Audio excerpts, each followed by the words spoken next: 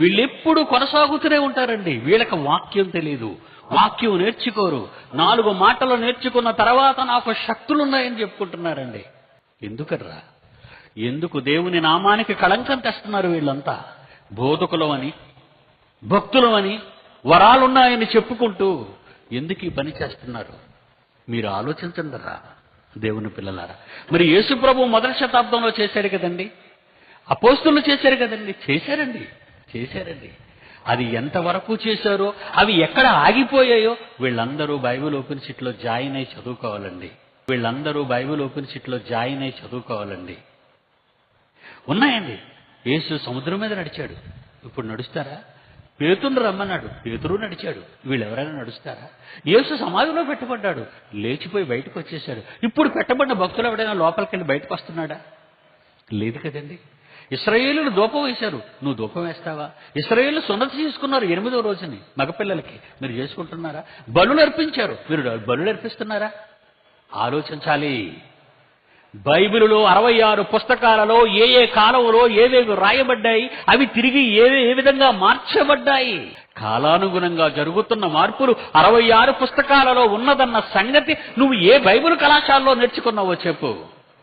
నీకు బైబిల్ సరిగా రాదు గనక, బైబిల్ సరిగా చదవలేదు గనక, 66 పుస్తకాలలో ఉన్న మహాజ్ఞానం అర్థం కాక, సందర్భానుసారమైన అనుకరణ, ఆలోచన, పరిశోధన నీకు లేకపోవటం వల్ల నీకిష్టం వచ్చినట్టుగా. ఒక మంచి ఎగ్జాంపుల్ మీకు చూపిస్తాను. పౌలు గారి గుడ్డలు తీసుకెళ్లి రోగుల మీద పెడితే ఏమయ్యేటండి? రోగములు వారిని వదిలిపోయేట. ఎక్కడుంది అది? అపోస్తుల కార్యములు చూడండి ఒకసారి. అది మొదటి శతాబ్దం, ఇది 21వ శతాబ్దం, మర్చిపోకండి. మొదటి శతాబ్దంలో మొదటి 100 సంవత్సరాలలో అపోస్తులుడైన పౌలు తన దగ్గర ఉన్నటువంటి తనని ఏ గుడ్డైనా చేతి గుడ్డ తీసుకొచ్చి ముట్టుకుంటే ఆ జబ్బు రోగి మీద పెడితే రోగాలు పోయేట. 19వ అధ్యాయం అపోస్తుల కార్యములు 11, 12 వచనాలు మీరు చదవండి. పోని 11 అపోస్తుల కార్యములు 19వ అధ్యాయము 11, 12. పౌలు చేత విశేషమైన అద్భుతములను చేయించెను.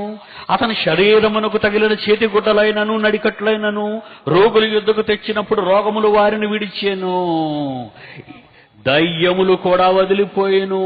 అప్పుడు దేశ సంచారకులను మాంత్రికులనైన కొందరు, అదండి అప్పుడు ఈ మంత్ర పుస్తకాలు తగలబెట్టారు. మరి పౌలుకు ఆ రోజు ఉంది కదండి, మరి ఈ రోజు మనకు ఎందుకు ఉండకూడదని మీకు ఆలోచన ఏమైనా ఉందా? ప్రశ్న తప్పనిసరిగా మీకు ప్రశ్న వస్తుంది. కానీ దీనికి ఎక్కడ ఫుల్ స్టాప్ పడిందో ఆలోచించాలి. దీనికి ఎక్కడ ఫుల్ స్టాప్ పడింది? ఏమండి, విశాఖపట్నం నుంచి ఢిల్లీకి ఒక లింక్ ఎక్స్ప్రెస్ బయలుదేరుతుందండి. ఆ లింక్ ఎక్స్ప్రెస్ ఎక్కడికి వస్తుంది? మన వరంగల్లో ఉన్నటువంటి కాజీపేట స్టేషన్కి వచ్చి ఆగుతుందండి. అక్కడి నుంచి 4 కోచ్లు కట్ అయిపోతాయండి. అంటే కాజీపేట వరకే దానికి టికెట్ ఇస్తారు. ఆ 4 కోచ్లు కట్ అయిపోయి మిగతా ట్రైన్ వెళ్ళిపోద్దండి. అక్కడి నుంచి కాజీపేట నుంచి దాని పేరు మార్చేశారు, దక్షిణ మధ్య ఎక్స్ప్రెస్ అన్నారండి. అంటే ఢిల్లీకి వెళ్తుందండి అది. మరి లింక్ ఎక్స్ప్రెస్ అని ఎందుకన్నారు? కాజీపేటలో లింక్ తగిలిస్తారు కనుక. ఏమండి, లింక్ ఎక్స్ప్రెస్ మేము ఎక్కాము, మరి మమ్మల్ని ఎందుకంటే ఇక్కడ కట్ చేసి పడేశారు అంటారా? మీరు తెలుసుకోవాలి. అట్నుంచి వచ్చిన దక్షిణ ఎక్స్ప్రెస్ మళ్ళా ఈ 4 పెట్లు తగిలించుకొని మళ్ళా ఇది లింక్ ఎక్స్ప్రెస్ గా మారిపోయి విజయవాడ విశాఖపట్నం మీదుగా వస్తుందండి. కనుక ట్రైన్ బయలుదేరింది రైటే, ఎక్కడ మారింది, ఎక్కడ ఇది మళ్ళా ఏ పేరు మారింది అది నువ్వు చూడవా? సందర్భానుసారమైన ఆలోచన నీకు రాదా? ఒక బైబిల్ పండితుడే దీన్ని చెప్పగలడు. అందుకే ఇప్పుడు తిమోతికి రాసిన మొదటి పత్రిక 5వ అధ్యాయము, తిమోతికి రాసిన మొదటి పత్రిక 5వ అధ్యాయము 25వ వచనాన్ని చూడండి. 23 నుంచి చదవండి. 23 చదవండి ఆయన. ఇక మీదట నీళ్లే త్రాగక నీ కడుపు జబ్బు నిమిత్తము తరచుగా వచ్చు బలహీనతల కోసం ద్రాక్షారసము కొంచెముగా తీసుకోమని ఎవరితో చెప్తుండండి? తిమోతితో చెప్తున్నాడు. ఏమండి, వైన్ అంటే ఇది కాదండి, జ్యూస్ అండి. వైన్ వేరు, జ్యూస్ వేరు. ఇంగ్లీష్ బైబిల్లో వైన్ ఉందండి, నేను వైన్ తాగుతాను అనకండి. మద్యంతో మత్తులో వద్దని చెప్పిన ఆయన నువ్వు వైన్ తాగుతానంటే ఎలాగవుతుంది? అక్కడ అపార్థం చేసుకోకండి. బైబిల్ని అపార్థం చేసుకోకూడదు మీరు.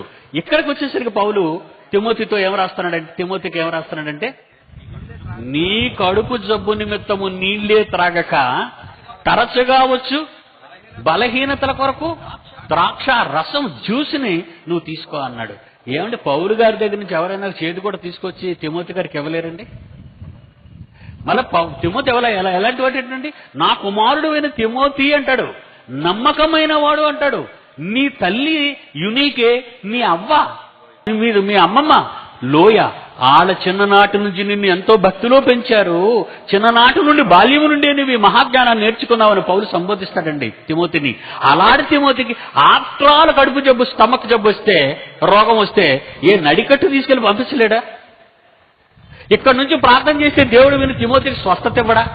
ఇదేంటండి ద్రాక్షారసం తీసుకోమంటున్నాడు? ఆలోచించండి మీరు. ఇప్పుడు ఇంకొకటి చూడండి ఫిలిప్పీయులకు రాసిన పత్రిక 2వ అధ్యాయం 25వ వచనం నుంచి చూడండి. దేవుని పిల్లలారా, ఎంతవరకు పౌలు దగ్గర ఈ వరాలున్నాయో కూడా మనం చూడాలండి. ఎంతవరకు పౌలు దగ్గర ఉన్నాయి ఈ వరాలు? కొంచెము కాలమే ఉన్నాయండి అవి. తర్వాత అవి ఆయన దగ్గర నుంచి తీసివేయబడ్డాయి. ఆ రోజు ఆ కాలంలో మొదటి శతాబ్దంలో ఇచ్చి తీసేసుకున్నాడు ఆయన. ఇప్పుడు 21వ శతాబ్దంలో నీకెలాగొచ్చాయి బాబు? మీరు ఆలోచించారా?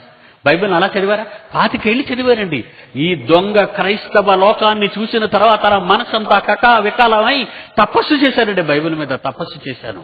ఇక ఈ క్రైస్తవ్యాన్ని కాపాడడానికి నేను నడుం కట్టకపోతే ఎటుపోతుందో తెలియదు ఈ క్రైస్తవ్యం. చదవండి ఇప్పుడు ఫిలిప్పీయులకు రాసిన పత్రిక 2వ అధ్యాయం 25 నుంచి 30 వరకు. నా సహోదరుడు, జత పనివాడును, నా తోడి యోధుడు, నీ దూతయు, నా అవసరములకు ఉపచరించి వాడునైనా ఎపప్రుదితో మీ యొద్దకు పంపుట అగత్యమనుకుంటుంది. అప్పుడు నా దగ్గరే ఉన్నాడు, రోగిగా ఉన్నాడు. మీ దగ్గరికి పంపాలనుకున్నాను మీకు వాక్యాన్ని ప్రకటించడానికి, కానీ ఆయన రోగిగా ఉన్నాడు నా దగ్గర. అతడు మిమ్మల్ని అందరినీ చూడాలనుకుంటున్నాడు, చాలా ఆశపడుతున్నాడు. నిజముగా రోగి అయి ఉన్నాడు, చావునకు సిద్ధమై ఉన్నాడు. దేవుడు అతన్ని కనికరించును. అతని మాత్రమే గాక నాకు దుఃఖం మీద దుఃఖం కలుగుకుండుటకై నన్ను దేవుడు కనికరించాలి ఒకవేళ ఆయన పోతే. మీరు ఆలోచించండి. ఈ మాటలు తిమోతికి ఫిలిప్పీయులకు రాస్తున్నాడంటే, ఫిలిప్పీయుడిని ఎపప్రుదితు ఎన్నో అవసరాలలో అవసరమైనటువంటి ఆహారాన్ని పౌలుకు అందించినటువంటి మహానుభావుడు రోగంతో మంచానబడి చావుకు సిద్ధమైతే స్వస్థత ప్రార్థన చేసి లేపేలేడండి పౌలు గారు. ఎందుకంటే ఆయనకు టెన్షను, ఎందుకు ఆయనకు దుఃఖం అంటే మొదటి శతాబ్దంలో ఇవ్వబడిన వరములన్నీ పౌలు గారితోనే ఆగిపోయాయి. తిమోతికి రాసిన 2వ పత్రిక 4వ అధ్యాయం చూడండి. నా మాట అబద్ధమైతే తిమోతికి రాసిన 2వ పత్రిక 4వ అధ్యాయము 20 త్రోఫీము రోగి ఉన్నాడు, అతని మిలోతులో విడిచొచ్చేసాను.